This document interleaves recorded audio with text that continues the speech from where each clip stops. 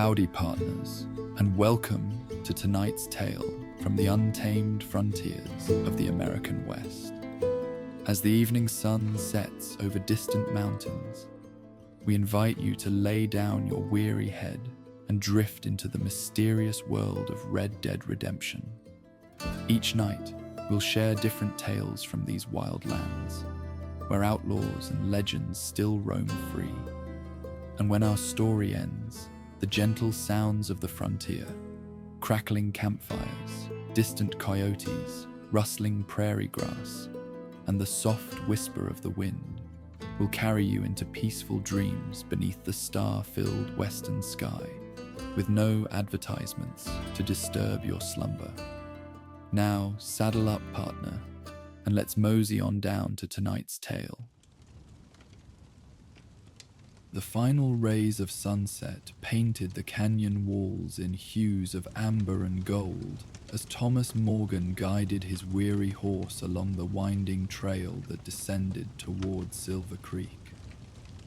At 32, Thomas had spent the better part of his life wandering from one frontier settlement to another, never quite finding a place that felt like home. His weathered face and calloused hands spoke of years spent working cattle ranches across the territories, while the careful way he surveyed his surroundings revealed the cautious nature of a man who had seen how quickly fortune could turn in these untamed lands. The letter from his late uncle's attorney had arrived 3 weeks earlier, unexpected correspondence that had altered the course of Thomas's life with its brief, matter-of-fact message. He had inherited a modest ranch on the outskirts of Silver Creek, a town he had never visited and barely heard mentioned in passing conversations at saloons throughout the territory. The property wasn't large, 40 acres with a small cabin and barn, but it represented something Thomas had never possessed: permanence, a fixed point in the world that belonged to him alone. As the trail curved around a jutting prominence of rock, the full vista of Silver Creek Valley opened before him. Nestled within a natural basin carved by centuries of flowing water, the town appeared as a collection of warm, glowing lights against the deepening blue of twilight. The creek itself traced a silver ribbon through the center of the settlement, its waters catching the last light of day in glimmering ripples that seemed almost deliberately placed to welcome weary travelers. "So this is it," Thomas murmured to his horse, a dappled grey mare named Sadie who had been his only constant companion for the past 6 years. "Doesn't look like much, but I suppose it's ours now." The descent into town took longer than expected, the trail switching back repeatedly to navigate the steep canyon walls. By the time Thomas reached the first outlying buildings of Silver Creek, full darkness had settled across the landscape, with only a 3/4 moon providing illumination. He passed several small homesteads with lamplight glowing behind curtained windows, the occasional bark of a dog marking his progress through the scattered periphery of the settlement. The main street of Silver Creek presented a tableau that Thomas found both familiar and strangely distinctive. Like most frontier towns, it featured the expected establishments: a general store, saloon, blacksmith, and modest church. Yet something in the arrangement of these buildings spoke of permanence, rather than the hasty, often temporary construction he had encountered elsewhere. Stone foundations supported wooden structures, weathered to a silvery patina by years of sun and wind. Porches extended outward with invitation rather than afterthought, and the boardwalks showed evidence of regular repair rather than neglect. Thomas dismounted outside the saloon, which bore a simple hand-painted sign reading Silver Creek Lodge, its windows emanating warm light and the subdued murmur of evening conversation. As he secured Sadie to the hitching post, he noticed how the creek ran almost parallel to the main street, separated only by a grassy verge dotted with several wooden benches, positioned to face the water. The creek itself seemed unusually clear, its rocky bottom visible even in the moonlight as water flowed with a gentle, almost musical cadence over the smooth stones. The barkeeper, a broad-shouldered man with a neatly trimmed grey beard, looked up as Thomas approached the bar. "Evening, stranger," he greeted, with the practiced neutrality of someone accustomed to assessing newcomers. "What can I get for you?" "Whiskey," Thomas replied, placing a coin on the polished wood. "And perhaps some information, if you're willing." "Information's free, unlike the whiskey. Name's Howard Bennett. I've owned this establishment for 23 years, which means I know just about everything worth knowing in Silver Creek." Thomas took a careful sip of his drink, appreciating the smooth burn that suggested quality despite the remote location. "Thomas Morgan," he introduced himself. "I've inherited Jacob Morgan's property outside of town. He was my uncle, though I never had the chance to meet him." Howard's expression shifted from polite interest to genuine recognition. "Jacob Morgan's nephew? Well, that's something indeed.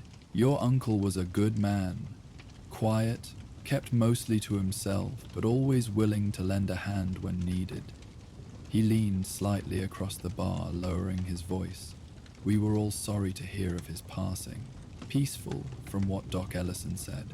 Simply went to sleep one night and didn't wake up. Best way to go, I suppose."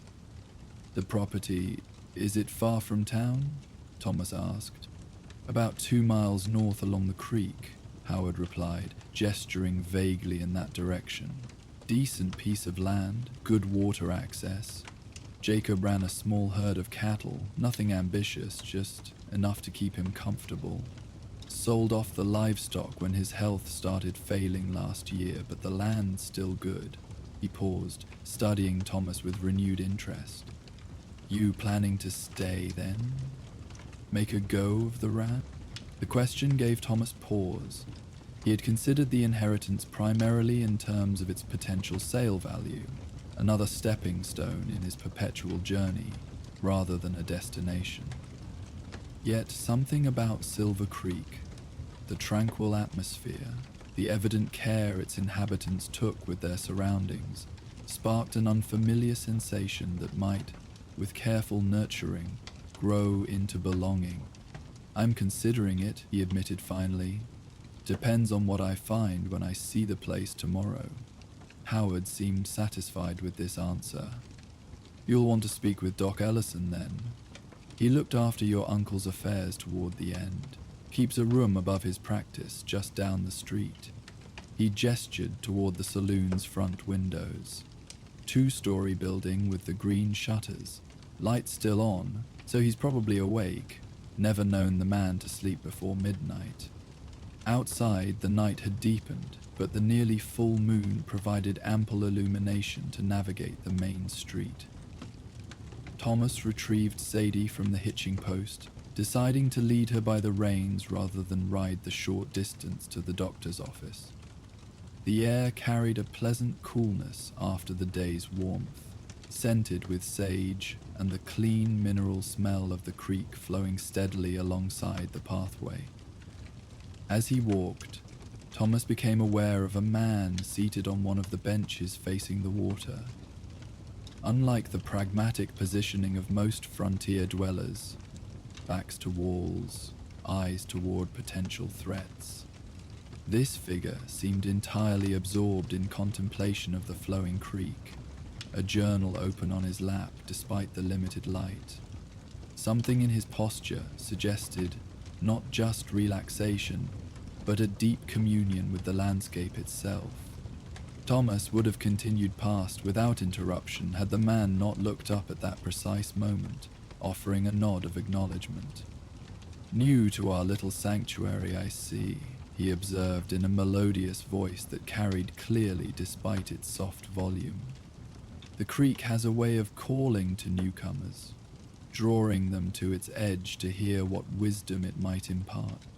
The poetic phrasing, so unexpected in a frontier settlement, caused Thomas to pause. The speaker appeared to be in his mid-40s, with a thoughtfully lined face and eyes that reflected the moonlight with unusual clarity. His clothing, while not extravagant, possessed a certain refined quality that distinguished him from the typical ranch hands and merchants Thomas had encountered throughout the territories. "Just arrived today," Thomas confirmed, uncertain how to respond to the man's fanciful characterization of the creek. "Thomas Morgan. I've inherited property north of town." "Ah, Jacob Morgan's nephew." The man closed his journal with deliberate care. "Your uncle was a man who understood the voice of the creek better than most. I'm Elliot Prescott. Some call me the town poet, though I prefer to think of myself as merely a faithful recorder of Silver Creek's particular magic." He gestured to the flowing water. "Have you noticed how it catches the moonlight differently than other streams? Almost as if the light penetrates deeper, illuminating what usually remains hidden." Thomas glanced toward the creek, more out of politeness than genuine interest in these mystical observations. Yet once his attention focused on the water, he found himself struck by the unusual clarity with which the moonlight revealed the creek bed. Stones arranged in patterns that seemed almost deliberate, shadows and light interplaying in harmonies too complex for mere chance. "I haven't spent much time watching creeks by moonlight," Thomas admitted, somewhat unsettled by his momentary fascination with what should have been an ordinary waterway. Elliot smiled as if receiving exactly the response he had expected. "Few do, until Silver Creek shows them why they should. You've arrived at an auspicious time, Mr. Morgan. The full moon comes tomorrow night. That's when our creek reveals its most profound secrets." He reopened his journal, clearly considering their exchange complete. "You might find it worth watching, especially from your uncle's property. Jacob often spoke of unusual lights along the northern bend." Before Thomas could inquire about this cryptic reference, Elliot had returned his attention to the blank page before him, pen poised as if waiting for the creek itself to dictate what words should flow. Recognizing the conversation had reached its natural conclusion, Thomas continued toward the doctor's office, his thoughts now divided between practical concerns about his inheritance and unexpected curiosity about the unusual lights Elliot had mentioned. Dr. Malcolm Ellison's medical practice occupied the ground floor of a well-maintained two-story building, with his living quarters situated above. Despite the late hour, warm light glowed behind the front window, confirming Howard's assessment of the doctor's nocturnal habits. Thomas secured Sadie to a nearby post before approaching the door, which bore both the doctor's name and office hours painted in precise lettering. His knock was answered almost immediately by a slender man in his 60s, silver hair neatly combed back from a high forehead, wire-rimmed spectacles perched precisely on a narrow nose. Despite the late hour, he wore a formal vest over his shirt, only the absence of a jacket indicating he had settled in for the evening. "Can I help you?" he inquired, his tone suggesting this wasn't the first time a medical emergency had interrupted his evening. "Thomas Morgan," Thomas introduced himself. "Jacob Morgan's nephew. I was told you might have information about my uncle's property." Recognition immediately transformed the doctor's expression from professional concern to genuine welcome. "Mr. Morgan, of course. We'd begun to wonder if you'd received our correspondence." He stepped back, gesturing Thomas inside. "Please, come in. I've been expecting you, though perhaps not quite so late in the evening." "I apologize for the hour," Thomas said as he followed Dr. Ellison past the examination area to a small sitting room at the rear of the building. "I only arrived this evening." "No apology necessary," the doctor assured him, indicating a comfortable chair before taking his own seat. "Your uncle made me executor of his modest estate, which means I've been caretaking the property until your arrival. The cabin is prepared. I've had Mrs. Wilkins from the boarding house check on it weekly, ensuring it remained clean and aired. He adjusted his spectacles with a precise motion. There's even food laid in for your first few days. My own initiative, as I suspected you might arrive with limited supplies. This unexpected thoughtfulness caught Thomas off guard. His experiences throughout the territories had taught him to anticipate indifference rather than consideration from strangers. "That's very kind," he managed. "I don't quite know what to say." Dr. Ellison waved away his thanks with a small gesture. "Your uncle was well respected in Silver Creek. He lived quietly but meaningfully. One of those rare individuals who listen more than they speak and observe more than they judge. The community valued his presence, and by extension, we welcome you." He leaned forward slightly. "I understand from your letter to the attorney that you've worked primarily as a ranch hand. Do you intend to revive the small operation your uncle maintained, or perhaps sell the property?" The directness of the question, delivered without judgment, invited equally direct response. "I haven't decided," Thomas admitted. "I've never owned property before. The idea of settling in one place is," he searched for the appropriate word, "unfamiliar." Dr. Ellison nodded, as if this answer confirmed some private theory.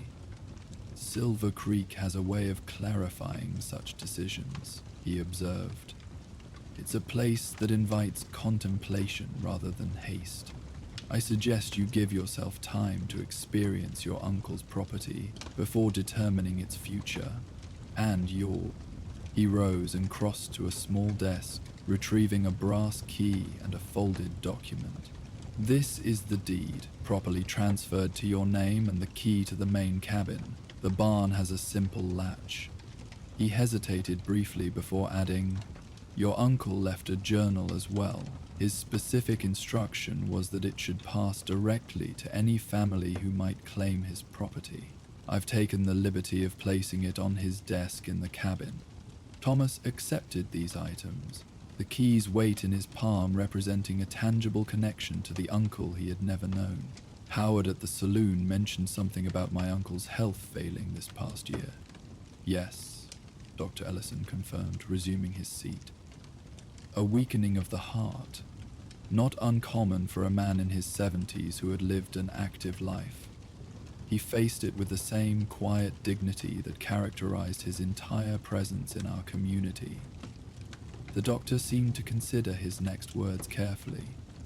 "Your uncle found great solace in this land, Mr. Morgan, particularly in a certain aspect of Silver Creek that others might dismiss as mere superstition." This cryptic statement, following so closely after Elliot Prescott's similar allusions, piqued Thomas's curiosity. "The poet I met mentioned unusual lights along the northern bend of the creek." Dr. Ellison's expression registered brief surprise, followed by thoughtful consideration. "You've met Elliot already. He's an unusual man, sensitive to aspects of our valley that most overlook." He removed his spectacles, polishing them with a cloth taken from his vest pocket in a gesture that suggested he was organizing his thoughts. "Silver Creek has its legends, like any frontier settlement. Ours centers around what some call the moonlit vigil, a phenomenon observed primarily during the full moon." He replaced his spectacles with precision before continuing. "The story goes that many years ago, before Silver Creek was properly settled, a lone cowboy protected this valley and its first inhabitants from various threats, hostile elements, natural disasters, the desperate men who sometimes sought refuge in isolated places. When he died, defending the settlement during a particularly brutal winter, something of his protective spirit remained, bound to the creek itself." The doctor's tone remained matter-of-fact, presenting the legend without either endorsement or skepticism. "During full moons, particularly in spring and autumn, a distinctive light appears along certain stretches of the creek, moving with purpose rather than drifting randomly like swamp gas or other natural phenomena. Your uncle's property includes the bend where these lights appear most frequently. Thomas absorbed this information with the measured neutrality he had developed through years of frontier life, where each settlement harbored its own peculiar beliefs and customs. And my uncle believed in this legend? Jacob did more than believe, Dr. Ellison replied. He documented the phenomenon meticulously over the 23 years he lived on that property. His journal contains detailed observations of the light's appearances, patterns, and what he perceived as connections to subsequent events in the valley. The doctor leaned back in his chair. I'm a man of science, Mr. Morgan, trained at medical colleges in Boston and Philadelphia. Yet, I've lived in Silver Creek long enough to accept that some phenomena resist conventional explanation. Your uncle found great meaning in his observations of the creek. Perhaps you will as well. With this parting suggestion lingering in his thoughts, Thomas retrieved Sadie and set out for his newly inherited property. The trail followed the creek exactly as the doctor had described, moonlight illuminating the path sufficiently to navigate despite the late hour. The town's scattered lights soon fell behind as the canyon narrowed slightly, with stands of cottonwood and willow marking the watercourse through otherwise sparse vegetation. The gentle sound of flowing water accompanied their progress, occasionally punctuated by the distant call of a night bird or the rustle of small creatures moving through the underbrush. After approximately 40 minutes of steady walking, with Sadie content to follow the clear trail, a structure emerged from the shadows ahead. A sturdy cabin constructed of well-fitted logs with a stone chimney rising from a pitched roof. Set back perhaps 50 yards from the creek, the building occupied a natural clearing surrounded by scattered junipers and a few larger cottonwoods that would provide welcome shade during summer months. The cabin key turned smoothly in the iron lock, suggesting recent use and proper care rather than abandonment. Inside, the single large room presented an unexpected level of comfort. A stone fireplace dominated one wall, flanked by bookshelves containing more volumes than Thomas had encountered outside of commercial establishments. A solidly built bed occupied one corner, covered with a patchworked quilt whose colors remained distinguishable even in the dim moonlight filtering through clean windows. A desk, positioned to take advantage of natural light from the eastern window, held a leather-bound book that Thomas immediately recognized as the journal Dr. Ellison had mentioned. After ensuring Sadie was comfortably settled in the nearby barn, Thomas returned to the cabin, where he found lamps cleaned and filled with oil, kindling and split logs neatly stacked beside the fireplace, and a shelf of preserved foods that would indeed sustain him for several days. The doctor had not exaggerated the preparations made for his arrival, a level of consideration that further distinguished Silver Creek from other settlements he had encountered. Too restless for immediate sleep, despite the late hour and his day of travel, Thomas lit a lamp and settled at the desk, drawn to the journal that represented his only direct connection to the uncle he had never known. The leather cover bore no title or marking, but the pages within were filled with precise handwriting, dated entries spanning more than 2 decades of observation. Thomas turned first to the earliest pages, curious about what had brought Jacob Morgan to this remote valley, and how he had established himself on this particular plot of land. The initial entry, dated April 18, 1773, provided immediate insight. I have purchased 40 acres along Silver Creek, including the northern bend where the phenomenon is most frequently observed. After witnessing the lights myself last autumn, I find myself drawn to understand their pattern and purpose. The locals speak of a protective presence, the spirit of a cowboy who died defending the early settlement. While I maintain healthy skepticism towards such supernatural explanations, I cannot deny the unusual quality of the illumination I observed. nor its apparently purposeful movement along the waterway. The property itself is promising. Good water access, sufficient grazing for a small herd, and fertile soil near the creek for gardening. But it is the proximity to the lights that truly motivated my purchase. I intend to document their appearances with scientific rigor, creating a record that might eventually yield rational explanation for what currently appears mysterious. Thomas found himself unexpectedly moved by this introduction to a man who had embarked on a project of systematic observation motivated by genuine curiosity, a quality he recognized in himself despite having had limited opportunity to indulge it through years of itinerant labor. He continued reading, sampling entries across the years and noting how his uncle's tone gradually shifted from detached scientific observer to something more personally invested.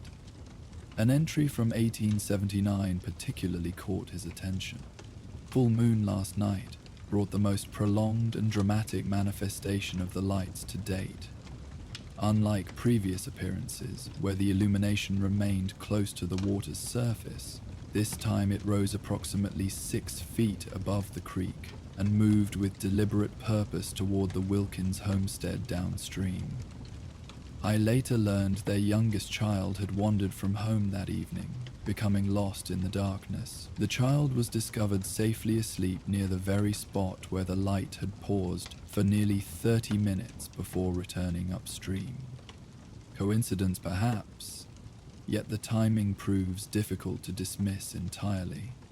Entries from subsequent years documented similar incidents, the lights appearing with unusual intensity before flash floods, seemingly guiding stranded travelers during a blizzard, and, most dramatically, moving directly toward a previously unknown campsite of armed men, later discovered to be planning robbery of the newly established bank in Silver Creek. In each case, Jacob's documentation maintained scientific precision regarding observable facts, while becoming increasingly open to interpretation beyond purely physical explanation.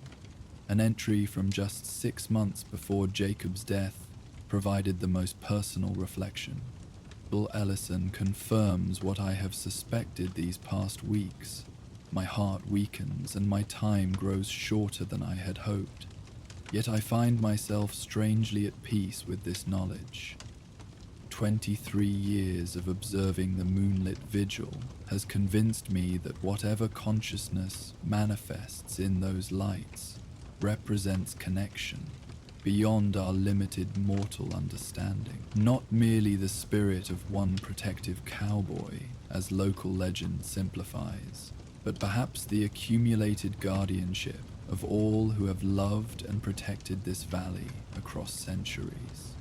My only regret is having no family with whom to share these observations and this place that has become so deeply meaningful to me.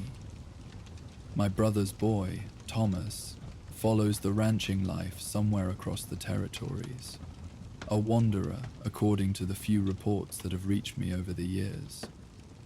I have amended my will to leave this property to him, though I have little hope he will maintain my vigilance at the creek's edge. Perhaps the deed itself will suffice, ensuring the bend remains protected from those who might exploit it out of ignorance or greed. Thomas closed the journal, unexpectedly affected by these final thoughts from a man who had considered him even while accepting they would never meet. The connection between them, tenuous though it might be, suddenly carried weight beyond mere legal inheritance, a shared sensitivity to the mysteries that frontier pragmatism often dismissed. Sleep came more easily than expected, the unfamiliar comfort of proper shelter combining with physical exhaustion from his journey to overcome his habitual vigilance in new surroundings. His dreams, when they came, flowed like Silver Creek itself, currents of memory and anticipation intertwining with fragments of his uncle's journal entries and the poetic observations of Eliot Prescott. Morning arrived with gentle persistence, sunlight filtering through eastern windows to illuminate the cabin's interior with warm clarity. Thomas woke feeling more rested than he had in months of bunkhouse accommodations or outdoor bedrolls. The unexpected comfort of his uncle's bed having allowed deeper sleep than his habitual light dozing. After attending to Sadie and a simple breakfast from the provisions left by Dr. Ellison's foresight, Damar spent the day exploring the property that now legally belonged to him. The 40 acres included varied terrain, creek frontage with rich soil suitable for crops or gardens, open grassland that had clearly supported his uncle's small cattle herd, and a wooded section climbing the canyon wall that would provide ample firewood and building materials as needed. The northern boundary incorporated the bend in Silver Creek mentioned repeatedly in the journal, a place where the water curved sharply around an outcropping of pale stone before resuming its journey toward the settlement downstream. Even in daylight, Thomas noted unusual qualities in this section of the waterway. The exceptional clarity that made every stone and pebble on the creek bed visible, despite depth sufficient to suggest greater obscurity, and the way sunlight seemed to linger in particular patterns across the surface, creating shimmering designs that drew and held the eye. As twilight approached, Thomas found himself drawn to the cabin's front porch, settling into a well-worn chair positioned with clear sightline to the creek's northern bend. The decision felt simultaneously deliberate and inevitable, acknowledging both skepticism and curiosity while committing to neither prematurely. The sunset painted the canyon walls with familiar southwestern brilliance, oranges and golds giving way to deepening purples as light retreated westward.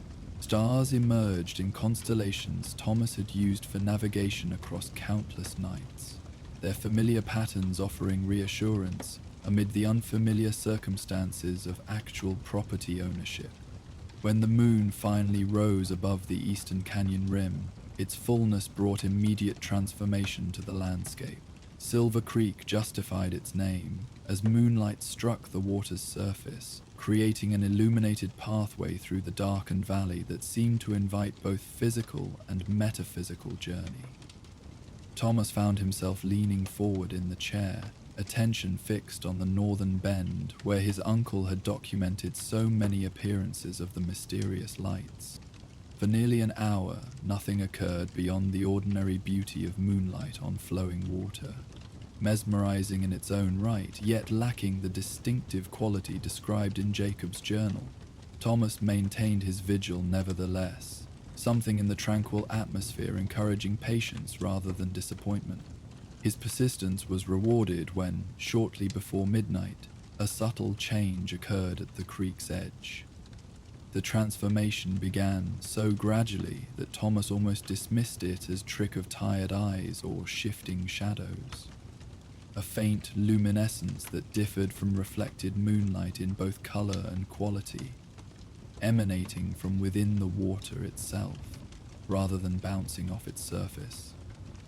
The illumination strengthened over several minutes, developing from barely perceptible glow to distinctive bluish-white light that moved with evident purpose along the creek bed.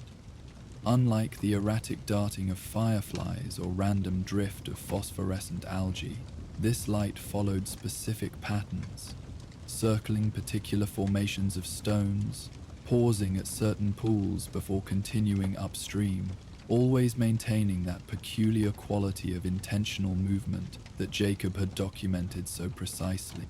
Thomas watched with increasing fascination as the light reached the northern bend and paused, seeming to gather intensity before rising slightly above the water's surface. Now suspended perhaps 3 feet above the creek, the illumination took more definite form, not quite human shape, yet suggesting the outline of a tall figure, broad-shouldered and straight-bent, with something that might have been a wide-brimmed hat crowning the luminous silhouette. For several breathless minutes, the figure remained stationary at the bend, oriented downstream toward Thomas and the cabin as if in deliberate observation or acknowledgement. though no distinguishable features marked what might have been a face. Thomas experienced the unmistakable sensation of being seen, evaluated by consciousness that recognized his presence with neither hostility nor particular welcome, merely acknowledgement of mutual awareness across different planes of existence. Then, with fluid motion that reminded Thomas of an experienced rider turning horseback, the illumination shifted orientation and proceeded upstream, maintaining its elevation above the water while following the creek's meandering path until distance and intervening landscape obscured further observation. Even after visual contact ended, however, Thomas remained on the porch, processing his experience with mixture of wonder and analytical detachment that mirrored his uncle's documented approach. The practical rancher within him immediately sought rational explanations. Unusual mineral deposits in the creek bed creating bioluminescent reactions. Some form of swamp gas or natural methane combining with specific atmospheric conditions. Perhaps even elaborate hoax maintained by locals to enhance their settlement's mystique.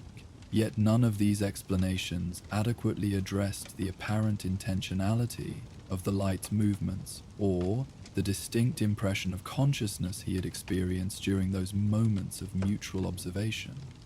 As the night deepened toward early morning, Thomas found himself reaching conclusions similar to those his uncle had documented. Not full embrace of supernatural explanation, but acknowledgement that reality might encompass more dimensions than conventional understanding recognized. The phenomenon existed. He had observed it directly. Its precise nature remained open to interpretation, but its reality could not be denied without dismissing his own direct experience. With this provisional acceptance came unexpected satisfaction.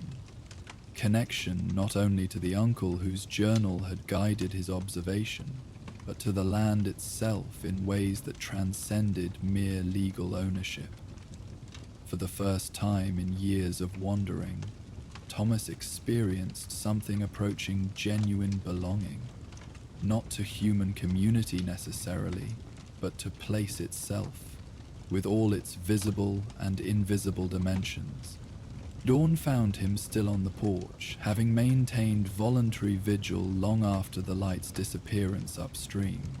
The rising sun painted the canyon in reversed palette from previous evening's sunset, purples and blues giving way to pinks and golds as night retreated before advancing day. Thomas stretched stiff muscles, physical discomfort from hours of stationary observation balanced by mental clarity he hadn't experienced in years of drifting. After several more days of exploration and reflection, Thomas rode back into Silver Creek with purpose that surprised even himself, purchasing supplies not for temporary stay but for extended residence, making arrangements with local merchants regarding regular deliveries, inquiring about available livestock to begin restocking the small ranch operation his uncle had maintained before declining health forced reduction. Dr. Ellison observed these activities with quiet satisfaction, recognizing commitment forming without need for explicit declaration. "You've decided to stay then?" he stated rather than asked when Thomas stopped by his office to arrange for regular delivery of medical supplies he might need for basic ranch operations. "I have," Thomas confirmed simply. "The property offers everything needed for sustainable living and—" He hesitated briefly, uncertain how to articulate the deeper connection he had formed with the land and its mysteries. "And the creek has spoken to you," Dr. Ellison completed, understanding evident in his measured tone. "As it did to your uncle before you.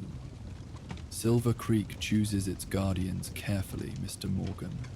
Some hear nothing but flowing water. Others perceive the deeper currents that have sustained this valley through countless seasons." Thomas nodded, appreciating the physician's perception and his willingness to discuss matters that might seem superstitious to those without direct experience. "I witnessed the light during the full moon," he acknowledged, "just as my uncle described in his journal. I can't explain it, but I can't dismiss it either." "Explanation often proves less valuable than observation," Dr. Ellison replied with philosophical acceptance clearly developed through years of balancing scientific training with frontier realities that occasionally transcended conventional understanding. "Your uncle maintained systematic documentation for over 2 decades, creating record that honors mystery without demanding definitive categorization. A valuable approach to phenomena that exist at boundaries of ordinary perception." Thomas found himself nodding agreement, recognizing wisdom in approach that neither rejected inexplicable experiences nor surrendered critical thinking to blind belief. "I intend to continue his documentation," he decided aloud, the commitment feeling right as he articulated it, while establishing sustainable ranch operation that respects the land and its particular qualities. "A worthy endeavor," Dr. Ellison approved, genuine satisfaction evident in his expression. "The community will benefit from your presence, as the creek itself apparently recognizes it." This observation, delivered without mystical emphasis, yet acknowledging deeper dimensions of Thomas's experience, captured precisely what had motivated his decision to remain. The land offered practical opportunity for meaningful livelihood, while the mysterious phenomenon his uncle had documented provided connection to aspects of existence often overlooked in purely materialistic approach to frontier life. As spring advanced towards summer, Thomas settled into rhythms both practical and contemplative on his inherited property. He acquired a small herd of cattle, establishing a modest ranching operation that provided sustainable income while allowing sufficient time for regular observation of the creek. With each full moon, he maintained careful vigil from the cabin porch, documenting appearances of the luminous figure that gradually revealed more detailed manifestation as his own receptivity developed through consistent attention. The protective entity, cowboy spirit of local legend, yet clearly something more complex than simplified characterization suggested, maintained regular appearances during optimal lunar conditions, while occasionally manifesting subtler presence during significant transitions or moments requiring protective intervention. Thomas documented these observations in careful continuation of his uncle's journal, balancing scientific precision regarding observable phenomena with thoughtful reflection on broader implications for understanding reality's multiple dimensions.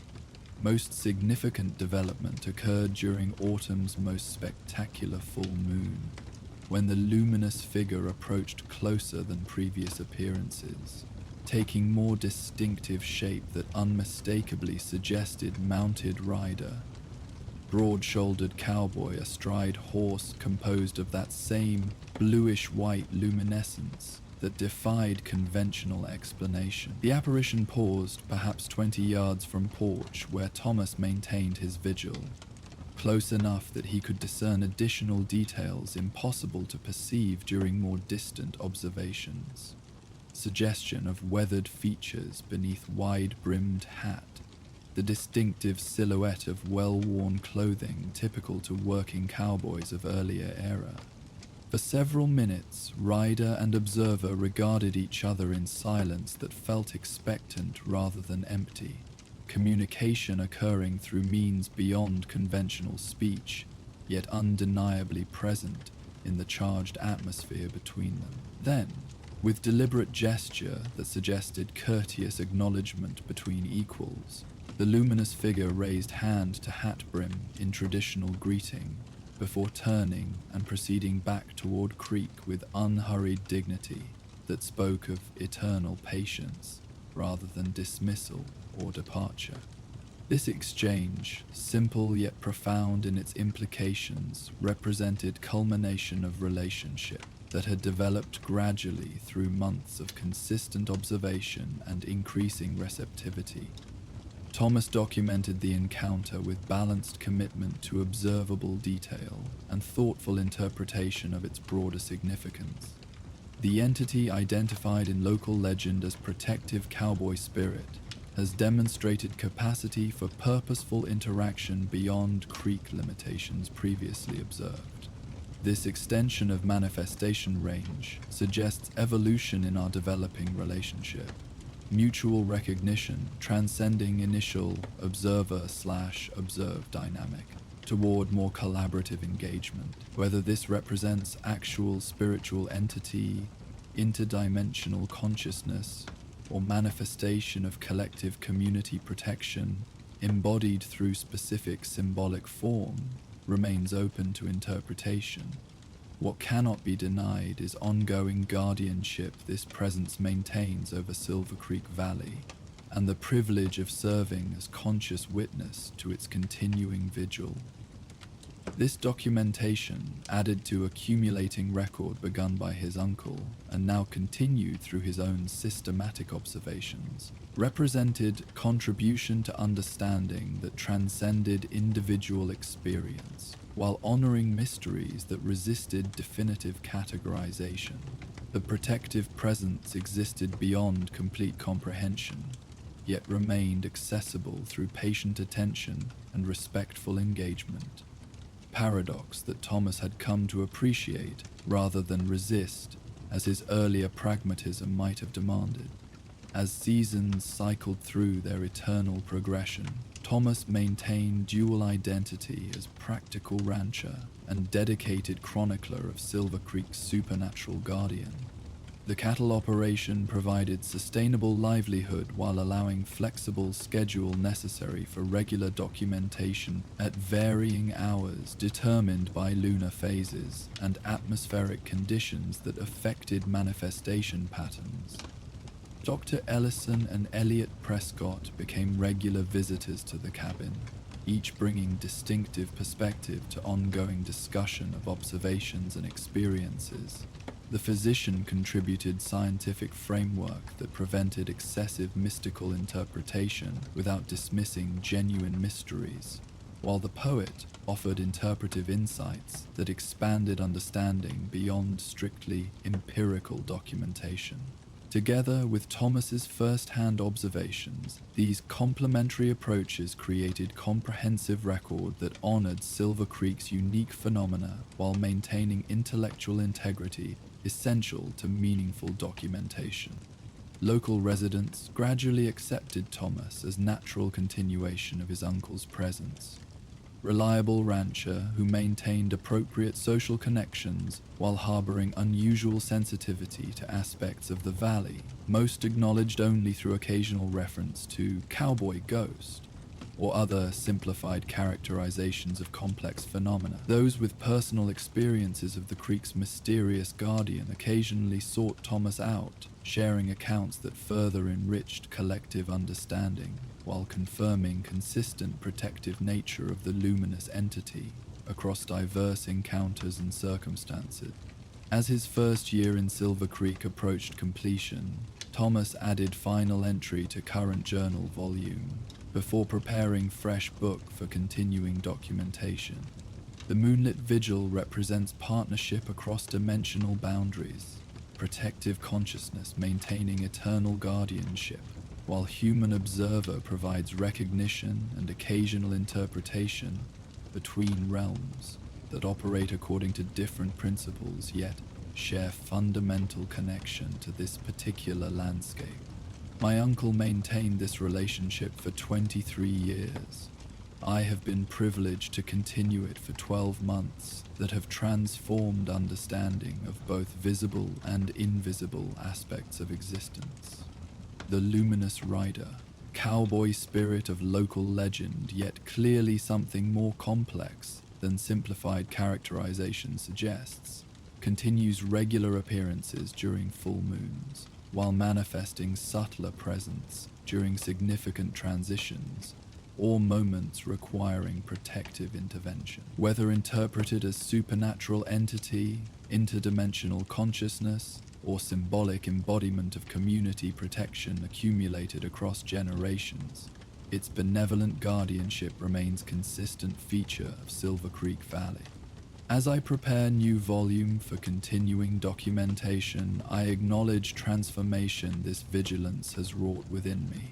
From rootless wanderer to committed observer, finding meaning in sustained attention to single location whose complexity reveals itself only through patient engagement across seasons and conditions. The inheritance I received extended beyond mere property to include responsibility as conscious witness to mysteries that transcend conventional understanding, yet remain accessible through respectful approach combining rationality with appropriate wonder. Thomas closed the completed journal and placed it alongside his uncle's volumes on shelves that now held 2 generations of documentation, Jacob's original observations and Thomas's continuing record.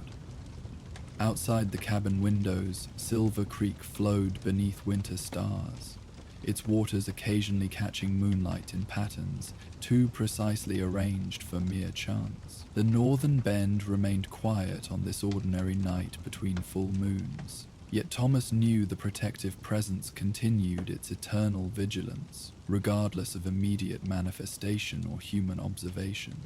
The inheritance he had received had transformed from unexpected property acquisition to profound engagement with reality's multiple dimensions. Practical ranching operation balanced by systematic documentation of phenomena that expanded understanding beyond conventional limitations. The restlessness that had driven years of wandering had transformed into appreciation for depth, revealed through sustained attention to single location, whose mysteries unfolded gradually to patient observer. As sleep approached on this quiet winter night, Thomas gazed from cabin window toward Creek's silvery path through darkened landscape. Connection between worlds visible and invisible, flowing eternal beneath changing seasons and human generations, who came and went while the moonlit vigil continued without interruption. Whatever consciousness manifested in those luminous appearances maintained protective guardianship that transcended individual observers, while rewarding those who approached with appropriate respect and sustained attention.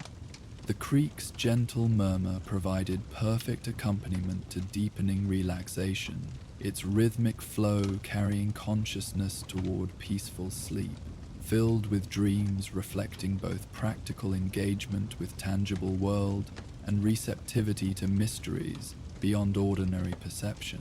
Thomas Morgan, once rootless wanderer and now dedicated chronicler of Silver Creek's unique phenomena, surrendered to restorative rest with certainty that both visible and invisible dimensions of his inheritance would remain when morning brought another day of meaningful existence in this remarkable valley, where protective spirits maintained eternal vigil under silver moonlight.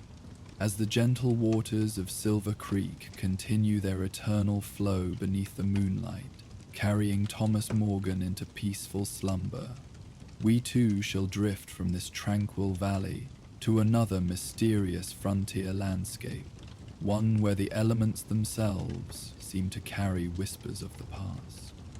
Our journey now takes us to the windswept highlands of Windy Ridge, where towering pines sway against an endless sky, and the constant breeze carries melodies that some say come from no earthly source.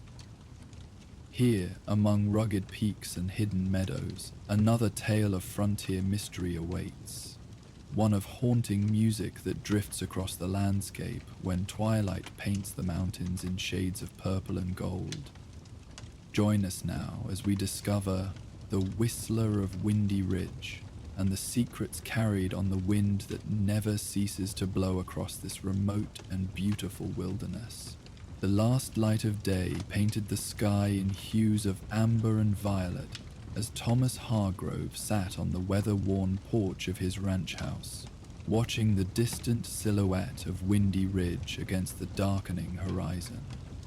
At 46, Thomas had spent more than half his life on this land, his weathered face and calloused hands testament to years of hard work taming the frontier. The small ranch wasn't much compared to the sprawling cattle operations that had begun to dominate the territory, but it was his, earned through perseverance and an intimate understanding of the land's temperament. As shadows lengthened across the rolling plains, Thomas rocked gently in his chair, listening to the familiar sounds of the range settling into evening, the soft lowing of cattle in the nearby pasture, the rustling of tall grass in the persistent breeze, the occasional cry of a hawk returning to its nest. These were the sounds that had formed the backdrop of his life, as familiar to him as his own heartbeat. Yet lately something else had joined this nightly symphony, something that brought a furrow to Thomas's brow as he tilted his head slightly, straining to catch it again tonight. There, just beneath the whisper of wind through the sagebrush, a faint melody drifted across the plains. A whistled tune, haunting yet somehow soothing, that seemed to emanate from the direction of Windy Ridge. You hear it again, don't you? Thomas turned to find Elena, his wife of 20 years, standing in the doorway. The warm light from the oil lamps inside cast a gentle glow around her, highlighting the silver strands that had begun to thread through her dark hair. Her eyes, still as perceptive as when they'd first met, studied his face with a mixture of curiosity and concern. "It's clearer tonight," Thomas admitted, gesturing to the empty chair beside him. "Been coming for almost 2 weeks now, always after sunset, always from the ridge." Eleanor settled into the chair, wrapping a shawl around her shoulders against the evening chill. "Maybe it's just the wind playing tricks. You know how it gets up there, whistling through those rock formations." Thomas shook his head slowly. "Wind doesn't whistle home on the range with such feeling, Elena. There's intention behind it. Something or someone making that sound." They sat in companionable silence for a time, both listening as the melody continued, sometimes fading almost to nothing before swelling again with surprising clarity. It moved through familiar frontier tunes, snippets of Red River Valley, O Shenandoah, and others that spoke of longing for distant places and loved ones left behind. "It's beautiful," Elena murmured.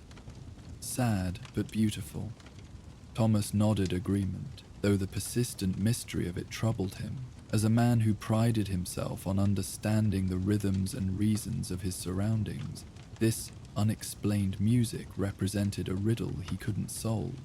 And on the frontier, unexplained phenomena often meant trouble, of one kind or another. "James thinks it's a ghost," Eleanor added with a small smile, referring to their 17-year-old son. "Says old man Miller in town told him about a cowboy who got lost in a blizzard up on that ridge 30 years back. Never found him, just his hat caught on a mesquite bush." Thomas snorted softly. "Miller fills the boy's head with tall tales every time we send him for supplies. Next he'll be claiming the Whistler is Bigfoot's musical cousin." His attempt at humor did little to dispel the thoughtful expression that had settled on Elena's face. "Not every mystery has a simple explanation, Thomas. This land held secrets long before we came here." As the whistling continued its mournful refrain, Thomas couldn't help but wonder if Elena might be right. The territory had seen its share of tragedy, lonely deaths, disappeared travelers, hopes crushed against the unyielding demands of frontier life. Perhaps something of those lost souls lingered, finding voice in the wind that never ceased to blow across Windy Ridge. The melody continued for perhaps another hour before gradually fading into the night, leaving only the usual sounds of darkness in its wake. Yet long after Elena had gone inside, Thomas remained on the porch, staring toward the now invisible ridge, turning over possibilities in his mind with the same methodical care he applied to all problems on his ranch.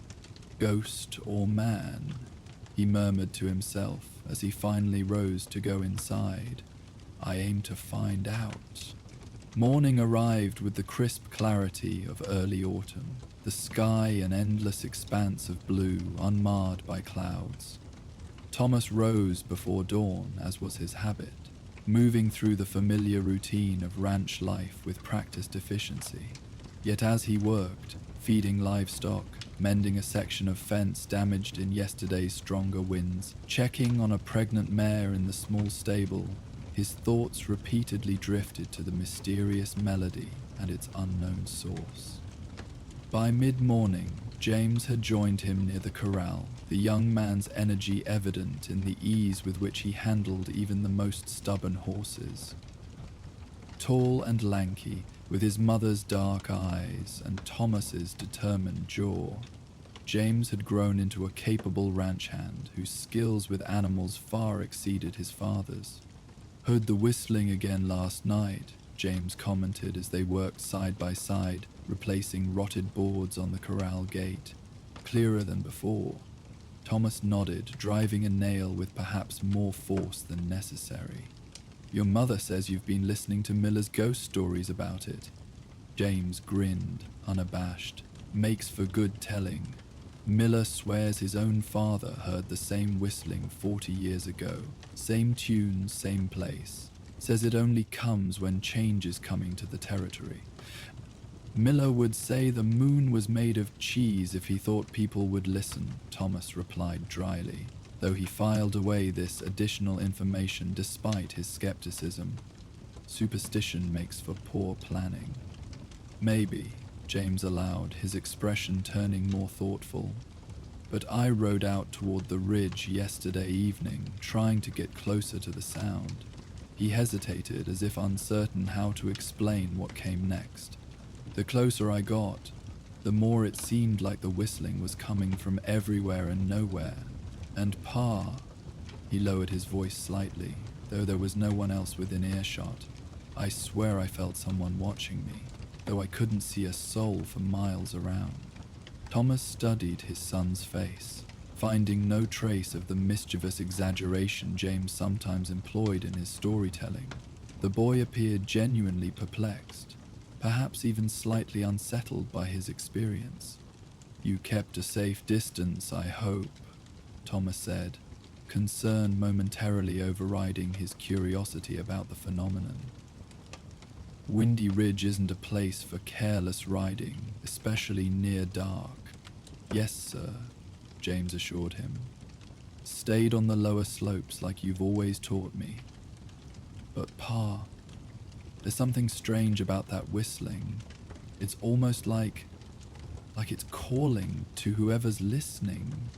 This description aligned with Thomas's own impression, that the melody carried an inexplicable draw, a sense of invitation or summons that tugged at something deep within. He had noticed how, each night, he found himself leaning toward the sound, as if his body wished to follow it, even while his mind counseled caution. Old Abigail might know something about it, James suggested, referring to the elderly weaver who lived in a small cabin nestled in a protected valley a few miles from their ranch. She knows all the old stories, even ones from before white settlers came. Thomas considered this as they continued their work. Abigail Weaver had indeed been in the territory longer than almost anyone else still living. A widow whose husband had been among the first to establish a homestead in these parts. She had survived hardships that would have broken many others. Now in her 70s, she lived alone but remained sharp-minded and self-sufficient, supplementing her modest income by selling intricately woven blankets and rugs that were sought after for both their beauty and durability. Might be worth a visit, Thomas acknowledged. I've been meaning to bring her some supplies anyway. Winter's coming and that valley of hers gets cut off when the snow piles deep. Decision made, Thomas set aside the remaining repairs for another day. Finish up here, he instructed James. I'll ride out to Abigail's place, see what she knows about our mysterious musician. An hour later, Thomas guided his sturdy bay gelding along the winding trail that led to Abigail's valley. The path descended gradually from the plains, following a small stream that eventually widened into the pond beside which Abigail had built her cabin. As he rode, Thomas kept Windy Ridge in view, its distinctive silhouette rising from the surrounding landscape like the backbone of some enormous creature half buried in the earth. The sound of splashing water pulled Thomas from his reminiscence as he guided his horse around the final bend in the trail, revealing Abigail's cabin nestled against a backdrop of cottonwoods whose leaves had begun to turn golden with the season's change. Smoke rose from the stone chimney, carrying the pleasant scent of burning cedar, and through the open door came the rhythmic clacking of Abigail's loom. Thomas dismounted, tethering his horse to a hitching post before unloading the small bundle of supplies he'd brought: coffee, sugar, salt, and a few other staples that were difficult for the old woman to procure herself. As his boots crunched on the gravel pathway leading to the cabin, the loom's clacking paused. "That you, Thomas Hargrove?" called a voice that, despite its owner's advanced age, carried the clear strength that had characterized Abigail Weaver throughout her long life.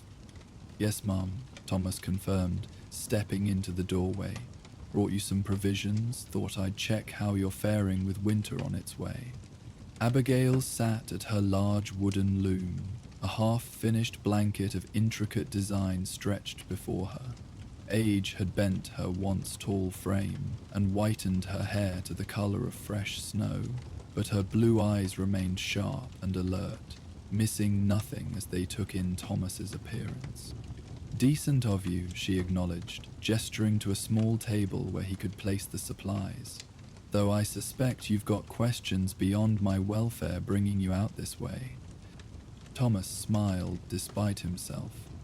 Abigail's directness was refreshing, in a territory where many conversations involved careful circling around topics of interest. "News travels fast," he commented, setting down his bundle. "No news needed when a man's expression tells the tale," Abigail replied, rising slowly from her bench to move toward the small fireplace where a kettle hung above glowing embers.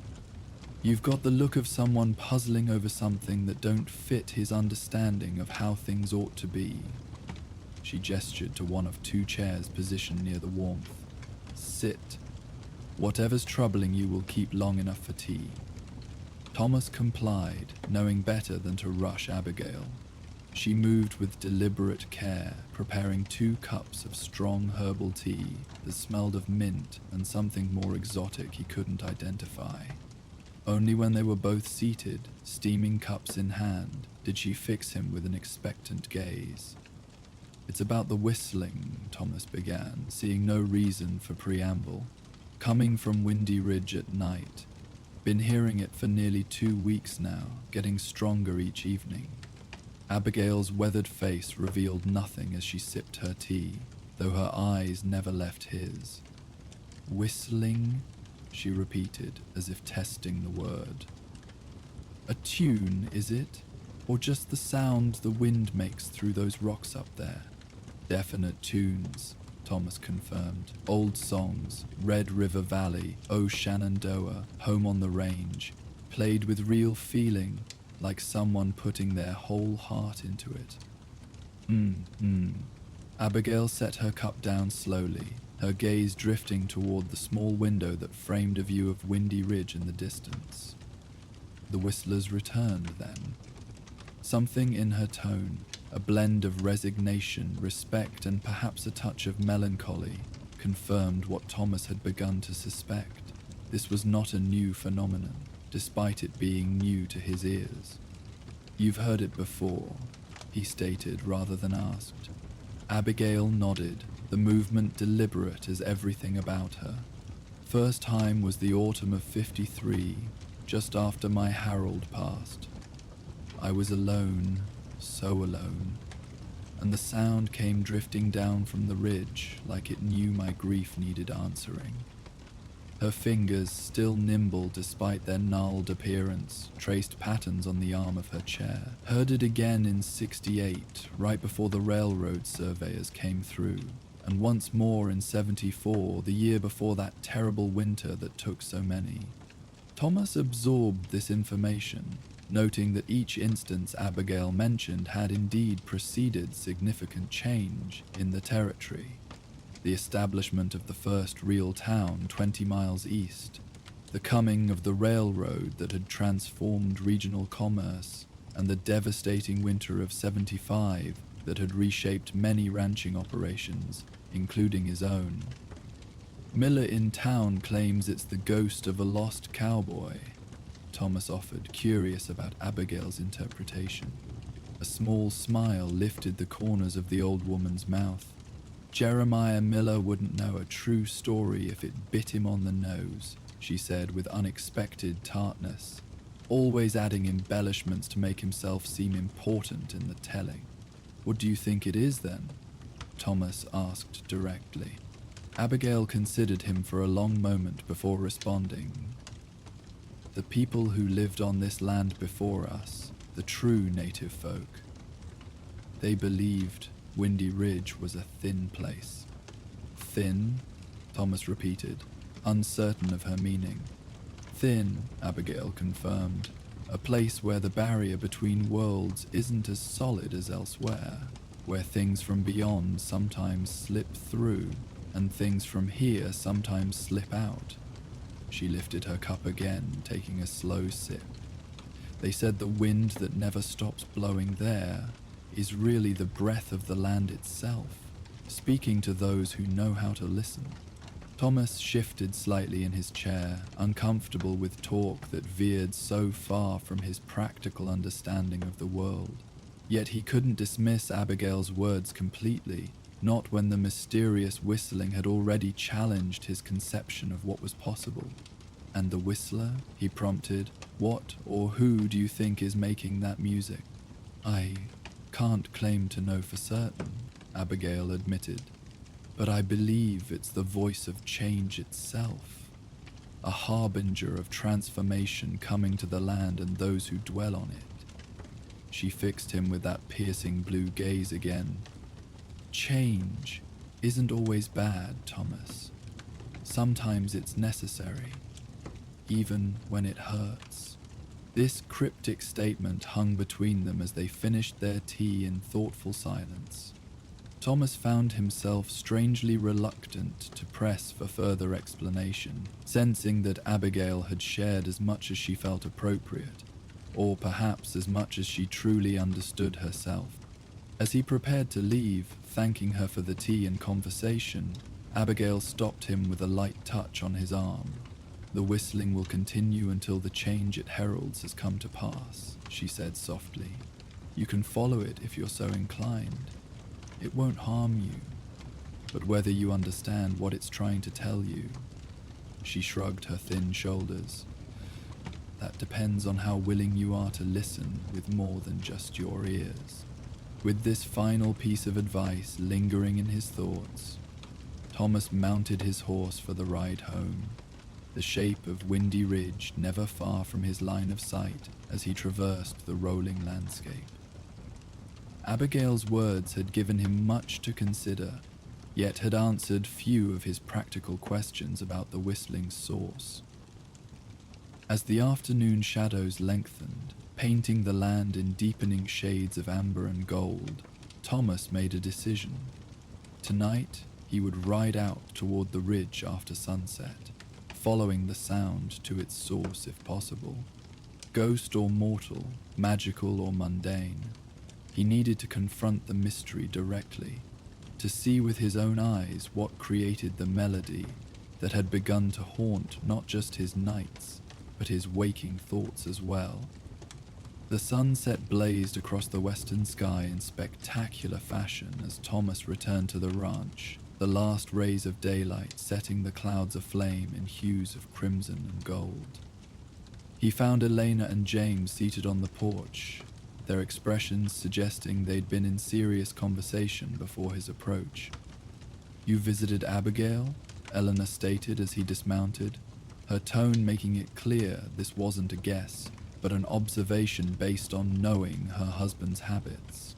Thomas nodded, securing his horse to the hitching post before joining them.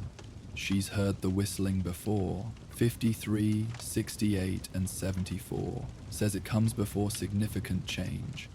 James leaned forward, elbows on knees, his youthful face alight with curiosity. "What kind of change? Did she say what the whistler is?" "Nothing specific about what's coming," Thomas replied, settling into his chair with a sigh that spoke of physical fatigue and mental preoccupation. As for the whistler itself, she spoke of thin places where worlds meet, and the wind being the breath of the land. He shrugged slightly. "More poetic than practical, I'm afraid." Eleanor's dark eyes studied him carefully. "You're going out there tonight, aren't you? To the ridge?" Thomas wasn't surprised by her perception. 20 years of marriage had given Elena an almost uncanny ability to read his intentions. "Yes," he admitted. "I need to see for myself." "I'm coming with you," James declared immediately, straightening with youthful determination. "No," Thomas said firmly, then softened his tone at the flash of disappointment in his son's eyes. "Someone needs to stay with your mother and the ranch. Besides, we don't know what's out there. Could be nothing dangerous at all, or could be something else entirely." "All the more reason not to go alone," Elena interjected, her voice carrying a hint of concern beneath its practical tone. Thomas reached over to take her hand, his calloused fingers gentle against her skin. "I'll be careful," he promised. "Just going to observe, not confront. If there's any sign of real trouble, I'll turn right around." Elena's expression suggested she wasn't entirely convinced, but she knew her husband well enough to recognize when his mind was set. "Take the rifle," she said finally, "and be back before midnight, or I'm sending James after you, objections or not." As darkness settled over the land and the first stars emerged in the eastern sky, Thomas prepared for his expedition. He chose his most reliable horse, a steady roan gelding that wouldn't spook easily, and packed minimally. Just water, a small portion of food, a good knife at his belt, and the rifle Elena had insisted upon, though he doubted he would need it. The mysterious whistler had shown no signs of malevolence after all, only a persistent, haunting presence that demanded understanding. With a final reassurance to Elena and a firm instruction to James to look after things, Thomas mounted and set off toward Windy Ridge, now a dark silhouette against the star-filled sky. The air had cooled considerably with nightfall, carrying the crisp scent of autumn and the subtle promise of winter to come. As he rode, Thomas kept his senses alert, attuned to the familiar sounds of the night landscape. The soft hooting of an owl, the distant yip of coyotes, the continuous rustle of wind through the tall grass.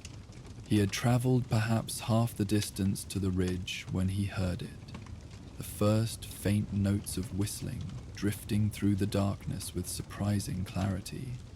The tune was Red River Valley tonight, its melancholy refrain speaking of parting and remembrance in a way that seemed to reach directly into the heart. Thomas reined his horse to a stop, listening intently to determine the sound's direction. Unlike James's experience of the whistling seeming to come from everywhere at once, Thomas could discern a definite source, a particular section of the ridge where the formation rose to its highest point, crowned with a distinctive cluster of wind-sculpted rocks that locals sometimes called the Watchers, for their vague resemblance to hooded figures. Nudging his mount forward, Thomas continued toward this apparent source, the whistling growing incrementally louder as he approached. The melody shifted seamlessly from Red River Valley to O Shenandoah, maintaining that same quality of emotional depth that had struck him from the beginning, as if the unseen whistler poured genuine feeling into each note, communicating something essential through the music itself rather than words. The base of Windy Ridge was marked by a gradual slope covered in loose shale and sporadic vegetation. Scrubby mesquites, resilient sagebrush, and occasional clusters of prickly pear that gleamed pale in the starlight. Thomas dismounted here, knowing the terrain grew too treacherous for riding as the slope steepened. After securing his horse to a sturdy juniper, he began the ascent on foot, moving carefully to avoid dislodging rocks that might betray his approach. As he climbed, the whistling continued unabated, suggesting the source remained unaware of his presence or unconcerned by it. The tune shifted again, now to Home on the Range, its familiar refrain of longing for the beauty and peace of frontier life carrying a poignancy that seemed especially fitting against the backdrop of star-washed prairie stretching endlessly in all directions below. Thomas paused to catch his breath about halfway up the slope, using the moment to scan his surroundings more thoroughly. The moon had risen, a waxing gibbous that cast enough light to distinguish basic shapes and shadows without revealing fine details.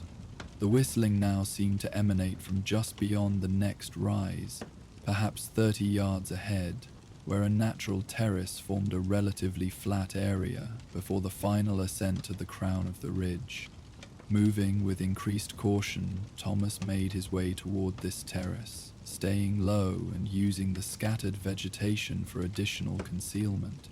The sense of anticipation that had been building throughout his climb now peaked as he reached the edge of the terrace, the whistling so clear it could only be a matter of feet away, around the bend of rock that currently blocked his view. Taking a deep breath to steady himself, Thomas slowly peered around the rocky outcropping. The natural terrace stretched perhaps 20 yards across, its relatively flat surface covered in fine gravel and sparse vegetation that had adapted to the constant wind. At its far edge, seated on a weathered boulder with legs dangling over a sheer drop to the plains below, was a figure silhouetted against the star-filled sky. Even in the limited moonlight, Thomas could make out enough details to determine this was indeed a man, not some spectral entity as Miller's ghost stories had suggested. He wore the practical clothing of a working cowboy, denim pants, a heavy coat against the night chill, and a wide-brimmed hat pulled low against the persistent wind. His posture suggested neither youth nor advanced age, but the settled bearing of a man in his middle years, comfortable in his own skin and with his place in the world. The whistling, hauntingly beautiful and undeniably skilled, came from this solitary figure who seemed entirely absorbed in the music he created. His face was turned slightly upward, as if addressing his melody to the vast canopy of stars overhead rather than any earthly audience. For several minutes, Thomas remained motionless, simply observing. Part of him felt relief at discovering the whistler was flesh and blood rather than some supernatural manifestation. Yet questions remained. Who was this man? Why did he come night after night to this isolated spot? And why had no one in the area reported seeing a stranger traveling through? Finally, as the melody paused briefly between tunes, Thomas decided to make his presence known. Moving deliberately to avoid startling the stranger, he stepped from behind the rock outcropping and called out in a calm, clear voice, "Evening, friend." The seated figure turned without apparent surprise, as if he had been aware of Thomas's presence all along. In the moonlight, Thomas could now see his face, weathered by years outdoors, with deep lines around the eyes that suggested both hardship and laughter in equal measure. A well-maintained moustache framed his mouth, and his eyes, though shadowed by his hat brim, held a glint of intelligence and something else Thomas couldn't immediately identify. a depth of knowing perhaps that seemed at odds with his rough frontier appearance. "Evening," the stranger replied, his voice as melodious spoken as it had been whistled, carrying easily despite the ever-present wind. "Fine night for stargazing." Thomas moved closer, maintaining a respectful distance that acknowledged both frontier courtesy and practical caution when meeting unknown persons in isolated locations. "Thomas Hargrove," he introduced himself with a slight nod. "Ranch down yonder a ways." "Pleased to meet you, Mr. Hargrove," the stranger responded with similar formality, though he offered no name in return. "I hope my whistling hasn't been disturbing your peace." "Not disturbing," Thomas clarified, studying the man with undisguised curiosity. "Just noticed. Been coming on 2 weeks now, every night." The stranger nodded, seeming neither offended by the implied surveillance nor concerned about having been tracked to his solitary perch. "Beautiful spot for music," he observed, gesturing toward the vast panorama spread below them. Rolling plains stretching to distant mountains, silvered by moonlight and possessing that peculiar quality of western landscapes that makes them appear simultaneously intimate and boundlessly enormous. The wind here carries sound in ways that are special. Something in the way he emphasized this last word suggested layered meaning, echoing Abigail's talk of thin places in a way that sent a slight shiver up Thomas's spine despite the encounter's apparently mundane nature. "You passing through or planning to stay in these parts?" Thomas asked, the question natural for frontier encounters where knowing others' intentions often meant the difference between forming valuable alliances or potential problems. The stranger seemed to consider this question more deeply than its straightforward nature warranted. "Neither passing through nor staying, exactly," he finally replied, his gaze returning to the star-filled sky above. "I come when I'm needed, and I leave when that need is fulfilled." This cryptic response raised more questions than it answered, but before Thomas could press further, the stranger patted the flat surface of the boulder beside him in clear invitation. "Join me, if you're inclined. The view's worth sharing." After a moment's hesitation, Thomas accepted, settling himself on the indicated spot. From this position, the vast expanse of territory below seemed even more impressive, his own ranch visible as a tiny cluster of buildings in the distance, the meandering line of the creek catching moonlight like scattered silver coins, the endless rolling plains stretching to horizons that curved with the very shape of the earth. "You know what's coming, don't you?" Thomas asked directly, intuiting that this mysterious visitor possessed knowledge beyond the ordinary. "The change that Abigail Weaver says your whistling heralds." The stranger's lips curved in a slight smile beneath his mustache. "Smart woman, Abigail, been here long enough to recognize patterns." He turned to regard Thomas more directly. "Change is always coming, Mr. Hargrove. The only constants in this world are transformation and the land itself. And even the land changes, just more slowly than the rest of us can perceive." "But something specific brings you here now," Thomas pressed, sensing important information hidden behind the philosophical generalities. "Something that affects this territory, my ranch, my family." For a long moment, the stranger was silent, his gaze returning to the distant horizon where the faintest hint of light from the railroad town reflected against low-hanging clouds, despite being invisible at ground level from their current position. "The territory won't be a territory much longer," he finally said, his voice taking on a more somber quality.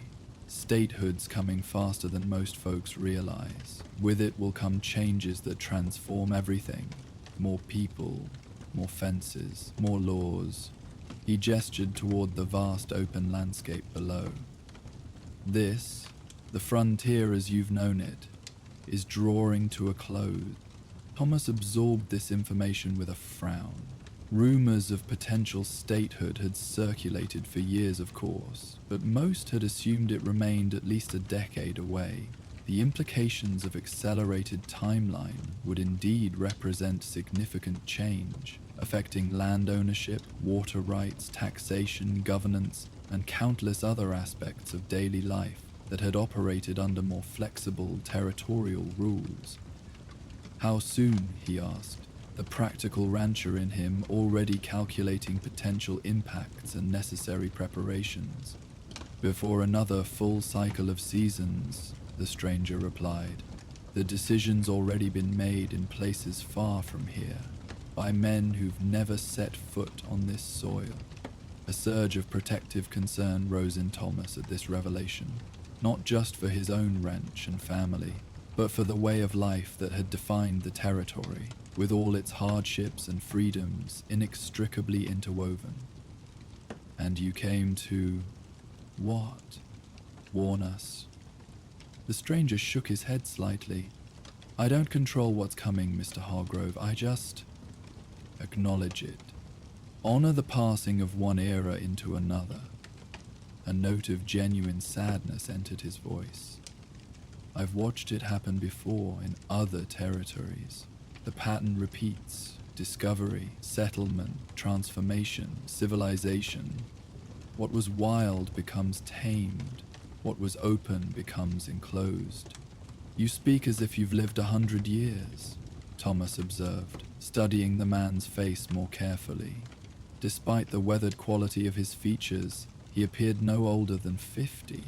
Certainly not ancient enough to have witnessed multiple territories transition through the stages he described. A smile that contained volumes of unspoken experience crossed the stranger's face. Time moves differently for some of us, was all he offered in response.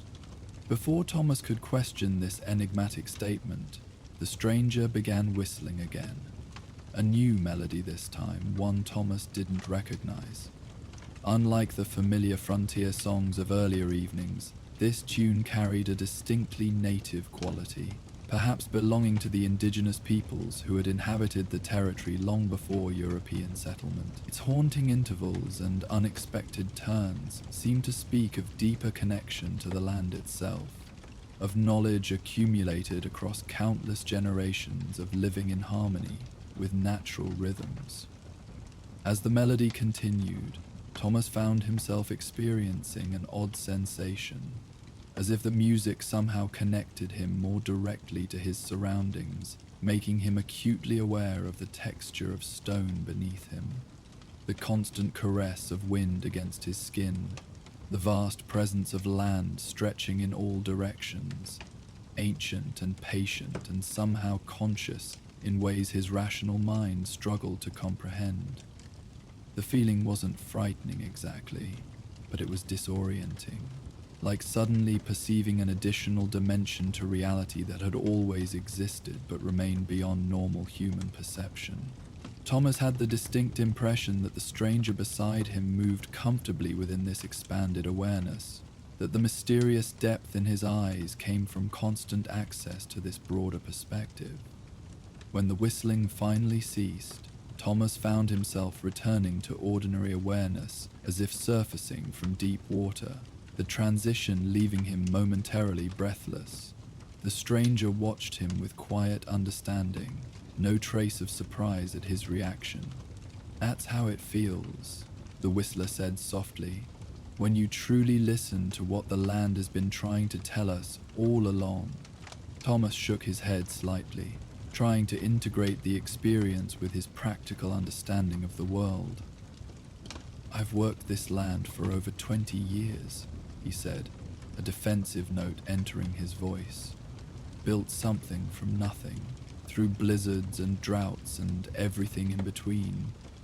I've listened plenty. You've listened with a rancher's ears, the stranger acknowledged without criticism, attending to what the land can provide, what it might withhold, how it might challenge your plans. That's one kind of listening, he gestured toward the distant horizons. But there's an older way. hearing the land as entity rather than resource, as partner rather than possession. This perspective, so at odds with the frontier ethos of conquering and claiming wilderness, struck Thomas as simultaneously foreign and somehow deeply familiar, as if it resonated with something buried beneath layers of practical survival concerns and cultural conditioning. The native folks who lived here before, Thomas began, making connections to what Abigail had shared about indigenous beliefs regarding Windy Ridge. This is how they understood the territory? The stranger nodded. One of many understandings that will fade as the new era takes hold. Not entirely lost. Nothing is ever completely forgotten, but pushed to the margins, preserved in fragments by those who still remember how to listen. A comfortable silence settled between them as Thomas contemplated these ideas, watching the moon's slow progress across the star-filled sky. The persistent wind of the ridge seemed to carry new meaning now, its constant voice no longer merely meteorological phenomenon, but perhaps something more, the breath and voice of the land itself, as Abigail had suggested. "Why me?" Thomas finally asked, the question that had been forming throughout their conversation. "Why can I hear your whistling when others in the area haven't mentioned it? Why reveal yourself to me tonight?" The stranger considered him thoughtfully before answering. "Some are better attuned to certain frequencies," he explained. "You've developed a relationship with this land that goes deeper than mere ownership, whether you've recognized it consciously or not." He gestured toward Thomas's distant ranch. "You've worked with the land rather than simply imposing your will upon it. That creates resonance." He turned his gaze back to the vast panorama below. "As for why tonight, change is coming that will affect everyone, but particularly those like yourself caught between the closing frontier and the advancing civilization. You're placed to help others navigate this transition, if you choose to embrace that role." "I'm just a rancher," Thomas protested, uncomfortable with the implied responsibility. "Not a politician or a leader of any kind. Leadership takes many forms," the stranger replied simply. "Sometimes the most important guidance comes from those who demonstrate rather than dictate, who adapt rather than resist." As if sensing Thomas had reached his capacity for such profound conversation, the whistler stood, stretching slightly after his long period of sitting. "It's getting late, and you promised your wife you'd return before midnight." Thomas blinked in surprise, certain he hadn't mentioned this detail to the stranger. "How did you know that?" The whistler smiled enigmatically. "The wind carries more than just music, Mr. Hargrove." He gestured toward the path leading down the ridge. "I'll continue my vigil here, but you should head back. Your family's waiting." Thomas rose, feeling oddly reluctant to end this unusual encounter despite the late hour and the strangeness of it all.